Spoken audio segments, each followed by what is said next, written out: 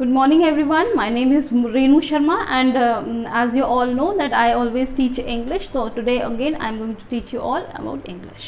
ठीक है, इंग्लिश में हम spoken English when it comes to speaking then we always talk about tenses first.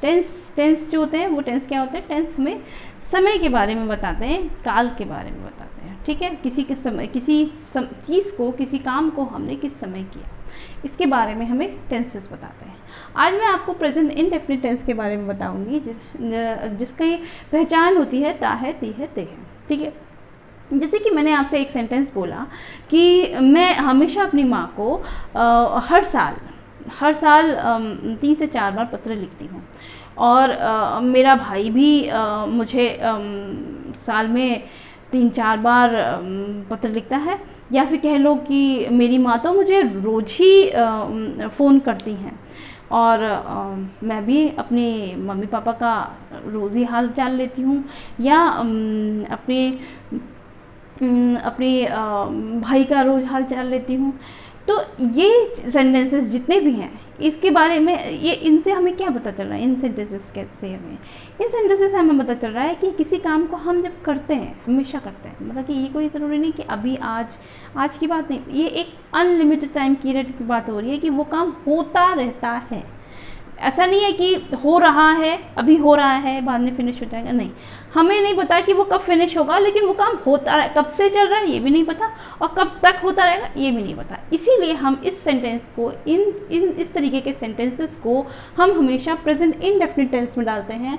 इससे यही अनिश्चितता है. इंडेफिनिट मीन्स यही अनिश्चितता है. हमें पता नहीं कि वो कब से शुरू हुआ है और कब तक चलता रहेगा. ये हमेशा ऐसा काम होता है. जैसे अगर मैं कहूँ मैं सुबह 7 बजे या सुबह 6 बजे उठती हूँ, हमेशा से उठती हूँ, बचपन से उठती हूँ. ठीक है, तो मैं हमेशा से ही सुबह 6 बजे उठती हूँ. कब तक उठती रहूँगी इसकी भी जानकारी नहीं और कब से उठ रही हूँ इसका भी कोई एग्जैक्ट मुझे टाइम नहीं पता कि मैं कब से उठ रही हूँ और मैं कब तक उठती रहूँगी. हैं, तो ये जो कोई भी काम, जैसे मैं सुबह 6 बजे उठती हूँ, उठने के बाद मैं सबसे पहले चाय पीती हूँ और फिर मैं बाहर वॉक करने के लिए जाती हूँ. उसके बाद में फिर मैं वॉक करके आती हूँ, फिर मैं एक्सरसाइज करती हूँ. एक्सरसाइज करने के बाद में फिर नहाती हूँ, मैं भगवान की पूजा करती हूँ. तो ये जितने भी सारे काम हैं जो कि मैं रोज़ करती हूँ और ये कोई और नहाती हूँ, एक्सरसाइज करती हूँ, ये चलिए ठीक है, ये सब काम रोज़ के हैं. लेकिन अगर मैं कहूँ कि मैं हर महीने घर का राशन का सामान लेने जाती हूँ और मेरे घर में रोज़ सब्ज़ी आती है और ये सारे के सारे जो काम हम उन चीज़ों को हम इन टेंसेस में बोलते हैं जो काम हम मोस्टली करते हैं. लेकिन करते हैं मतलब कि उसका कुछ नहीं होता है, उसको हमें कुछ नहीं पता कि वो फ्यूचर में ख़त्म भी होगा, कि फ्यूचर तक कंटिन्यू होता रहेगा और हमें पास्ट के बारे में भी उसकी कोई जानकारी. इसीलिए हम उसे हमेशा इनडेफिनिट टेंस में रखते हैं. ठीक है, तो आज अब हमें पता चला कि हम जो इन सेंटेंसेस की पहचान होती है ता है, ती है, ते है. लेकिन बोलते समय हम ता है, ती है, ते है जो हम अपने माइंड में नहीं रख सकते. बोलते समय खाली हमें ये चीज़ ध्यान रखना है कि हम जो भी काम हमेशा करते हैं या साल में 2 बार भी करेंगे या करते रहते हैं, वो ख़त्म नहीं होने वाला काम, तो उसको हम हमेशा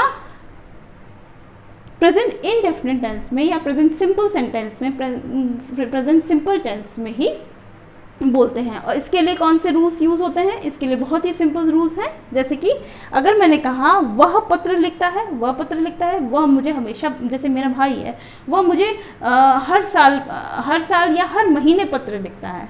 ठीक है, अगर मैं कहूँ वह मुझे हर महीने पत्र लिखता है तो ही राइट्स अ लेटर, क्योंकि वो ही है, ही सिंगुलर पर्सन के साथ हमेशा एस और ई एस आती है. वर्ब की फर्स्ट फॉर्म के साथ, जैसे स्ट्रक्चर में मैं आपको दिखा रही हूँ कि देखिए सब्जेक्ट के साथ वर्ब की फर्स्ट फॉर्म के साथ एस और ई एस आता है, उसके बाद में रेस्ट ऑफ द सेंटेंस. ठीक है, इसी तरह से अगर मैं कहती हूँ कि मैं भी अपनी माँ को साल में 2-3 बार पत्र तो लिखती ही हूँ. ठीक है, अब कब तक करती रहूँगी ये नहीं पता, लेकिन मैं साल में 2-3 बार तो पत्र लिखती हूँ. तो I write a letter to my mother, write a letter to my mother. ठीक है, तो मैं पत्र लिखती हूँ.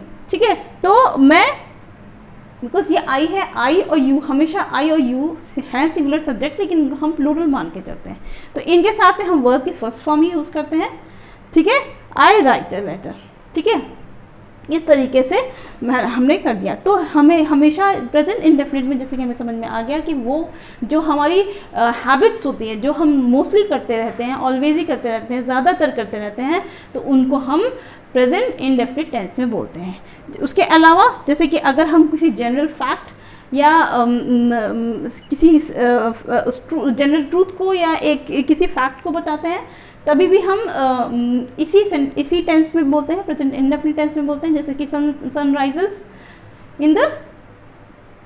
Sunrises in the east,